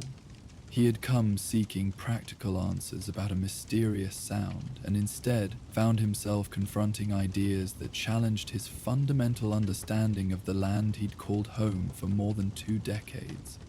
"Will I see you again?" he asked, already knowing the answer would be as cryptic as the man himself. "The whistling will continue until the change has fully arrived," the stranger replied, confirming Thomas's expectation. "Whether we speak again depends on many factors, including your own choices in the days to come." He extended his hand in the universal frontier gesture of respect between equals. "Safe journey home, Mr. Hargrove." Thomas shook the offered hand, noting its strength and the calluses that spoke of a life of physical work not unlike his own. "Never did get your name," he observed. The whistler's eyes crinkled with genuine amusement. "Names have power, especially in thin places like this ridge. Let's just say I've been called many things across the years, but the Whistler suits me well enough for now." With this final cryptic statement hanging between them, Thomas nodded farewell and began his careful descent down the rocky slope. Behind him, the haunting melody resumed. Once again, the familiar home on the range, its notes of longing for frontier paradise, carrying new layers of meaning after their conversation about the territory's impending transformation. By the time Thomas reached his horse at the base of the ridge, the whistling had faded to a distant thread of sound that seemed to merge with the constant voice of the wind itself. The ride home passed in thoughtful silence, his mind replaying fragments of the strange conversation and trying to integrate what he'd learned with his practical concerns about the ranch and his family's future. The ranch house windows glowed with welcoming lamplight as he approached, Elena's silhouette visible through the kitchen window where she clearly waited despite the late hour. As Thomas dismounted and led his horse toward the stable, the front door opened, spilling additional light across the yard. "Thomas," Elena called, relief evident in her voice. "Did you find anything?" He secured his horse before joining her on the porch, suddenly unsure how to explain his encounter with the mysterious Whistler. How could he describe the strange conversation about change and transitions, about different ways of listening to the land, about thin places where ordinary rules seemed suspended? "I found him," Thomas said simply as they moved inside, where James had also waited up, eager for news.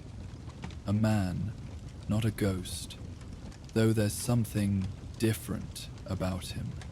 In the warm familiarity of their kitchen, Thomas recounted the experience, trying to capture both the mundane reality of the Whistler as flesh and blood and the undeniable strangeness that surrounded him. He described their conversation about impending statehood and the changes it would bring, watching understanding dawn in Elena's perceptive eyes. "So, Miller wasn't entirely wrong," James mused when Thomas finished his account. "Not a ghost exactly, but not quite an ordinary man either. Something in between, perhaps," Eleanor suggested, her expression thoughtful as she poured them all fresh coffee. "Like the land itself, tangible, yet holding mysteries we'll never fully comprehend."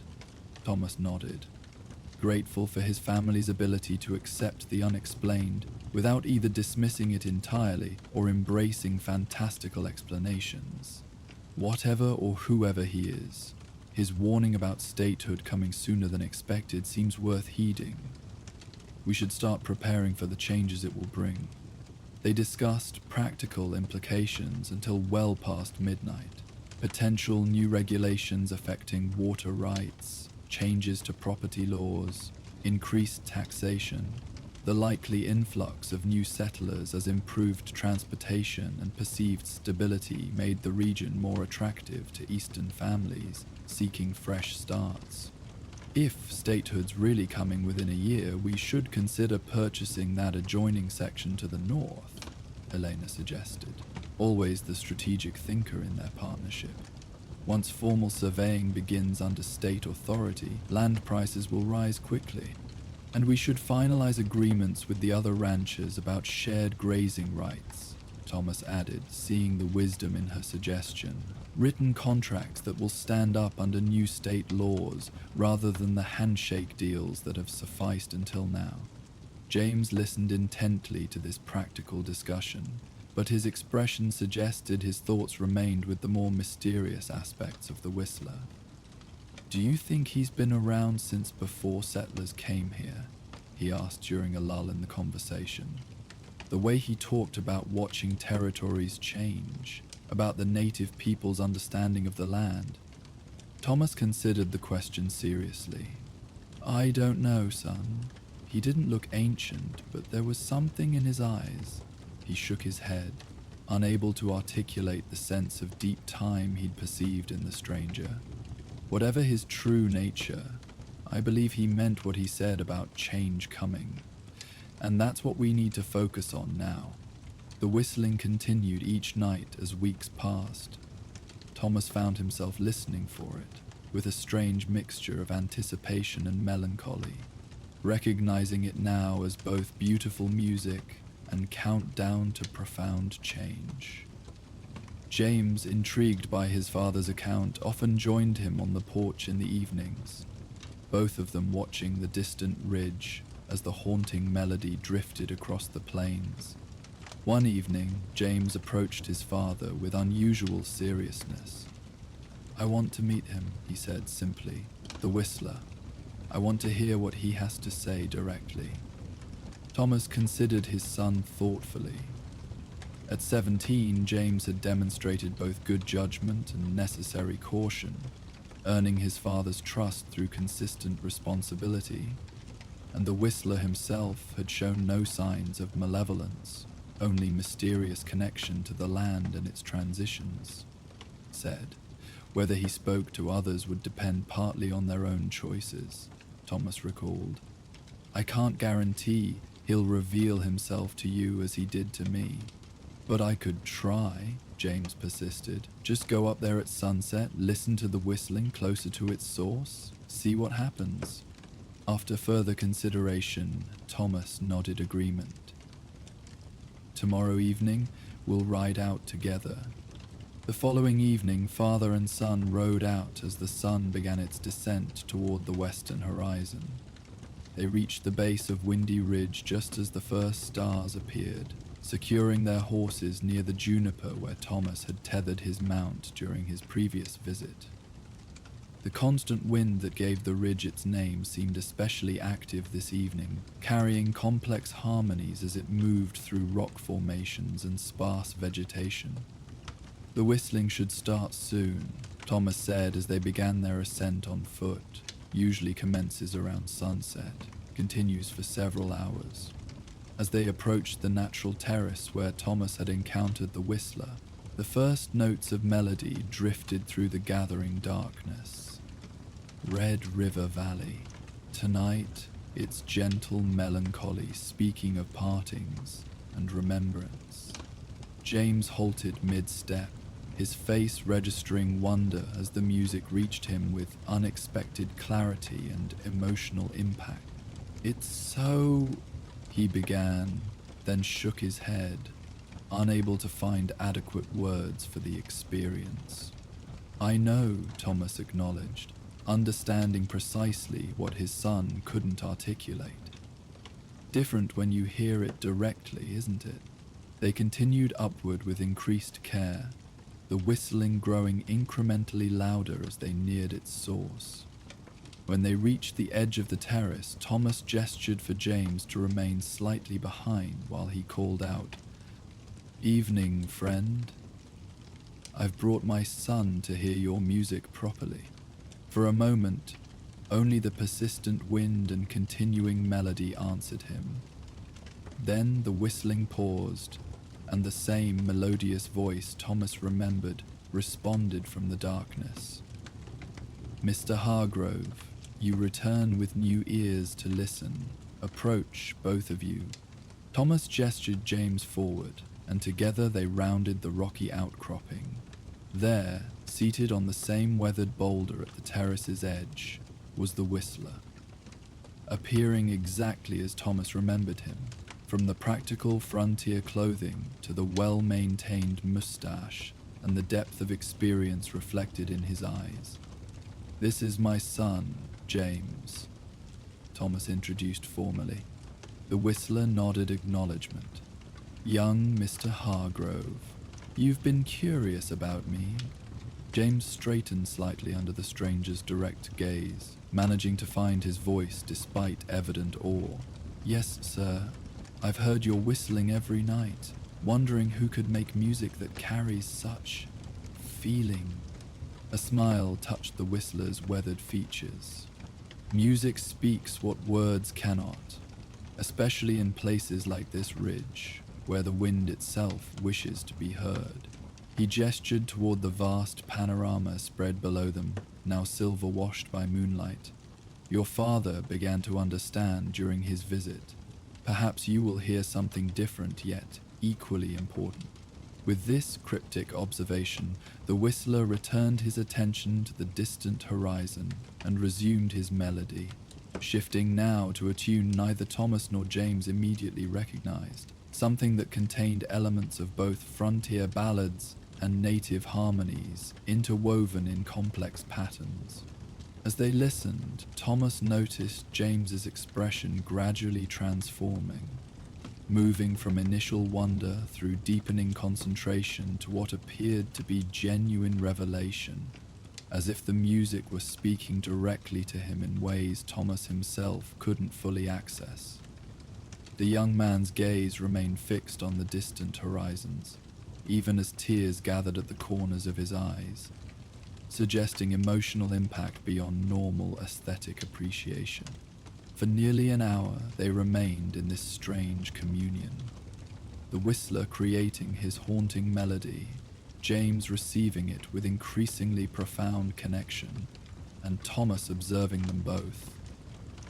No words were exchanged during this time, none seemingly necessary, as the whistling itself carried all essential communication. Finally, as if reaching natural conclusion, the melody faded into simple wind sound once more. The whistler turned to regard them both, his expression suggesting satisfaction with what had transpired. "You heard it," he said to James, not quite a question but confirmation of shared understanding. James nodded, wiping moisture from his eyes without embarrassment. "The land's voice," he replied simply. "What it remembers, what it hopes, what it fears." The whistler smiled fully then, rare warmth breaking through his typically enigmatic demeanor. "Yes, precisely that." He turned to include Thomas in his gaze. "The son hears differently than the father, yet both perspectives are needed for complete understanding." Thomas felt no jealousy at this observation, only pride in his son's evident sensitivity to dimensions he himself might never fully perceive. If James possessed greater attunement to the land's more subtle communications, this represented valuable complement to Thomas's own practical knowledge. "The change is coming," James said hesitantly, still processing whatever insights the music had conveyed to him. "They're necessary, but painful too, like growing pains for the territory itself." The whistler nodded approval of this assessment. "Transitions always contain both creation and destruction, gain and loss simultaneously. The wisdom lies in navigating that duality, without denying either aspect." He rose then, stretching as if their visit had reached its natural conclusion. "You should return home before your mother worries, but perhaps you'll come again, young Mr. Hargrove. The ridge welcomes those who truly listen." As they prepared to depart, Thomas felt impelled to ask one final question. "Will you remain until statehood becomes official? Until the change is complete?" The whistler considered this thoughtfully before responding. "My vigil continues while the land itself remains in transition between states of being. Not merely political designation, but deeper transformation in how people perceive and relate to this territory." He gestured toward the vast landscape spread below them. "When new balance establishes itself, my purpose here concludes, until the next significant transition requires acknowledgement." With this cryptic yet somehow satisfying answer, they took their leave, descending the ridge in contemplative silence. The whistling resumed behind them, following their descent with gradually diminishing volume until it merged once more with the ridge's persistent wind voice. In the weeks that followed, James made several additional visits to Windy Ridge at sunset, sometimes accompanied by Thomas, but increasingly on his own, as his father's confidence in his maturity and judgment solidified. Each time, the young man returned with new insights about the territory's past and potential future, gradually developing unique perspective that blended practical ranching knowledge with deeper philosophical understanding of their place within the land's ongoing narrative. One evening, as Thomas worked in the small office where he maintained ranch records, Elena entered with a newspaper from the territorial capital.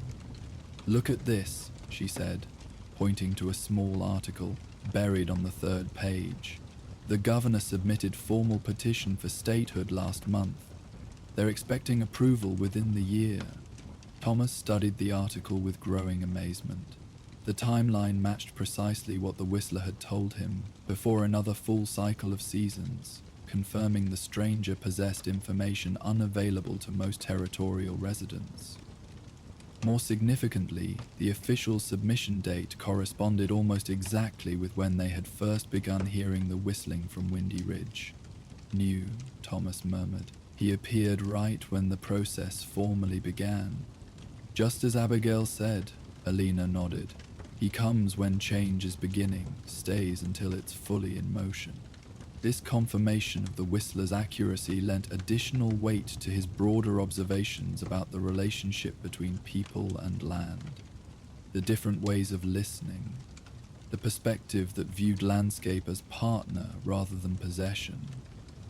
If he had been right about impending statehood, perhaps his other insights contained equal validity, despite their challenge to conventional frontier thinking. In the days that followed, Thomas found himself viewing his ranch and surrounding territory with subtly altered perception, noticing aspects he had previously overlooked in his focus on practical concerns. The way certain rock formations caught morning light, creating momentary sculptures of shadow and illumination. The complex patterns wind created in tall grasses, like invisible hands stroking a living canvas. The distinctive voices of different weather systems as they moved across the plains, each carrying its own particular quality, beyond mere meteorological characteristics. This heightened awareness didn't diminish his practical engagement with ranching duties. He still mended fences, cared for livestock, calculated profit margins, and planned for seasonal challenges with the same attention to detail that had made his operation successful. But alongside these necessary activities, he developed growing appreciation for the land's intrinsic identity, beyond its utilitarian value, its beauty, its history, its patient endurance of human activities that represented mere moments in its geological time frame. The night before the official statehood ceremony, Thomas stood on his porch with Elena and James, all three listening intently for the familiar melody from Windy Ridge. For the first time in months, no whistling disturbed the evening's ordinary sounds. Just wind through grass, distant coyote calls, and the soft lowing of cattle settling for the night. "He's gone," Eleanor said softly, her perception now attuned enough to recognize the whistler's absence rather than merely failing to notice his presence. Thomas nodded, feeling strange mixture of loss and completion. His purpose here is fulfilled. The transition moves forward now without need for his acknowledgement. James gazed thoughtfully toward the ridge, its distinctive silhouette dark against the star-filled sky. He leaves something behind, though. Not just memories of his music, but awareness. Those who heard him can't perceive the land quite the same way afterward. This observation captured precisely what Thomas himself had experienced, a fundamental shift in perspective that integrated practical utilization with deeper appreciation for the territory's intrinsic identity beyond human designations and developments. The Whistler's greatest gift had not been specific warnings about impending statehood, but invitation into more balanced relationship with the land itself, regardless of its political status. "The ridge remains a thin place," Thomas noted, recalling Abigail's description of locations where different realms of existence intersected. "Even without his presence, it continues to speak for those willing to listen properly." As if confirming this assessment, a particularly strong gust of wind swept across the plains from the direction of Windy Ridge, carrying complex harmonies that momentarily resembled deliberate melody before dissolving back into ordinary atmospheric movement. All three Hargroves exchanged knowing glances, recognizing this phenomenon not as continuation of the Whistler's music, but as reminder that the land itself possessed voice independent of human interpretation or acknowledgement.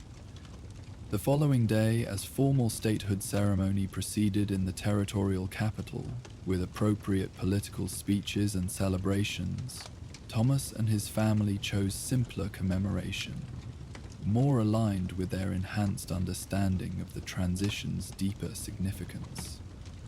Together, they rode to a particular overlook that offered expansive views of their ranch, surrounding plains and distant mountains.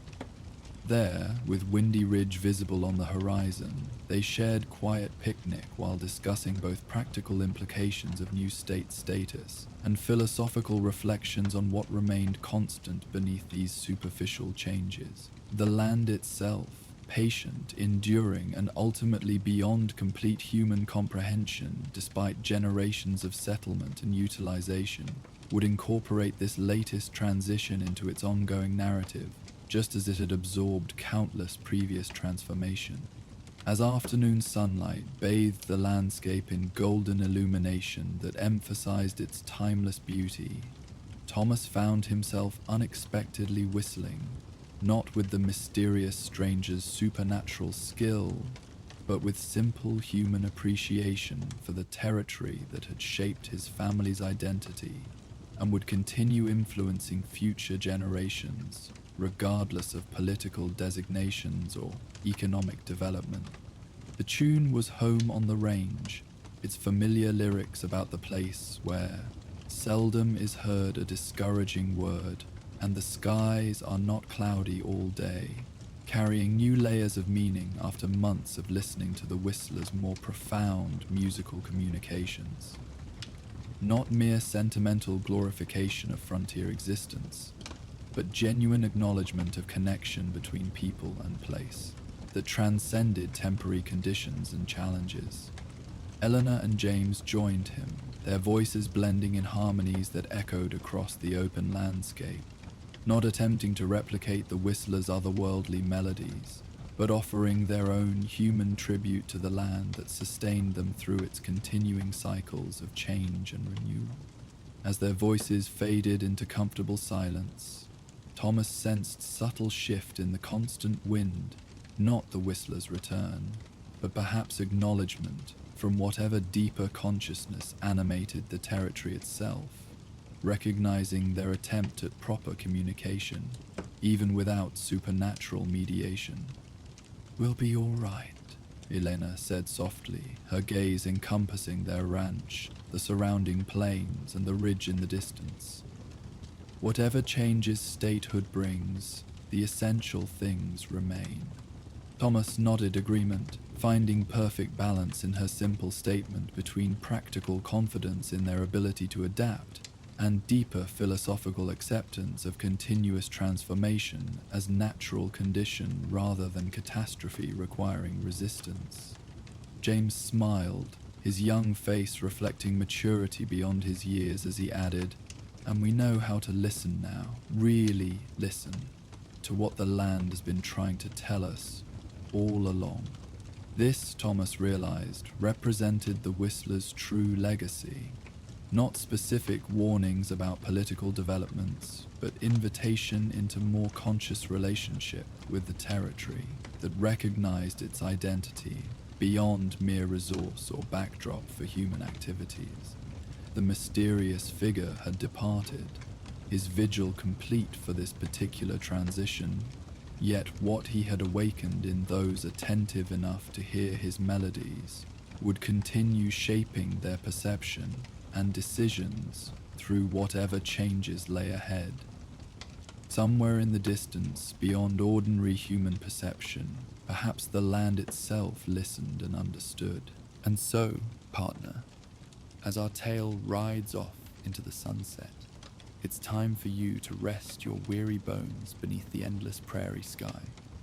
Let the sounds of the West be your lullaby tonight, from the gentle crackle of the campfire to the soft prairie winds and the distant song of nightbirds, all flowing uninterrupted, with no advertisements to break the peace of your slumber. Sweet dreams, cowpoke, and may your trail lead to peaceful pastures tonight.